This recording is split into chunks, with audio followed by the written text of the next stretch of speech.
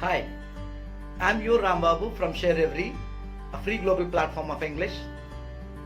Fortunately, I got one more opportunity to meet you all in session number 80 on 4th March 2021 at 8:30 sharp.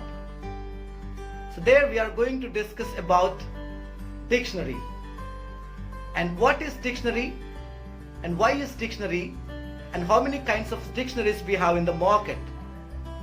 If you have any doubt while we learning English, and automatically we refer the word, sound, meaning, usage and everything with the help of dictionary. We use this dictionary as the reference book. But we are going to discuss and what kind of labels and symbols we find in dictionaries.